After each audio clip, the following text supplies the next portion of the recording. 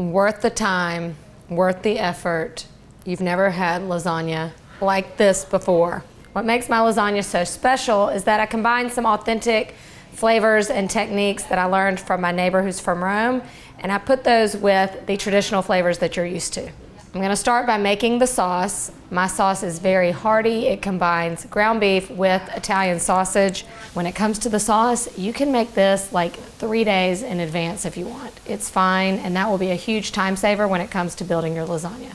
Once our meat is all cooked and the flavors are all good together with the onions and garlic, we drain that, and now we add everything else. I'm using a combination of crushed tomatoes and a little tomato paste to kind of thicken it up, and a couple other things.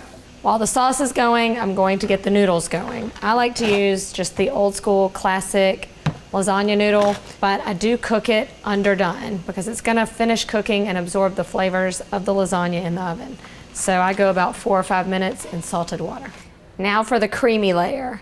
This is where my neighbor who was from Rome taught me something magical. Now, when we made the lasagna with her, we made the noodles from scratch, the sauce from straight tomatoes, and this component, which is a bechamel. I really loved the creamy, like heavenly way it felt with bechamel. So I like to do a bechamel sauce, but I do stir in some ricotta there because my dad wouldn't have it any other way. So mine's kind of a combination of my dad's way and my neighbor's way. The sauce is simmered. We turn off the heat and stir in a big handful of chopped parsley and basil. The parsley really just brings out the freshness, and the basil because it's lasagna. Now the easy part is layering our lasagna. In we go with a little bit of sauce to coat the bottom. 1 layer of noodles. Now we're gonna put about 1/3 of the sauce that's left in. Because these ingredients are still so warm, this is not gonna take long to bake at all. Now we're gonna do half of our bechamel ricotta sauce going down. To thicken this layer up a little bit, I'm gonna go ahead and add in some mozzarella and Parmesan cheese.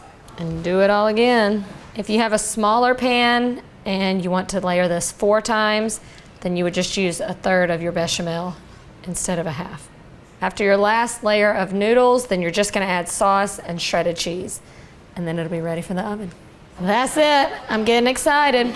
We're gonna bake this covered at 375 for about 40 minutes or so, and then uncover it and continue baking until it's bubbly, golden, and ready to eat.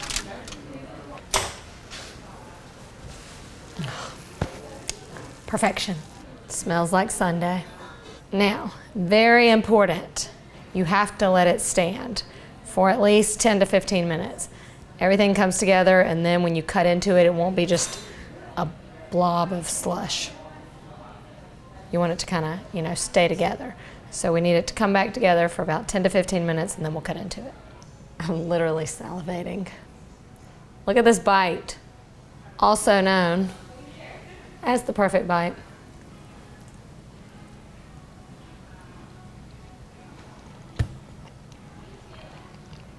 Worth the time, worth the effort. You've never had lasagna like this before. Please try it and let me know what you think.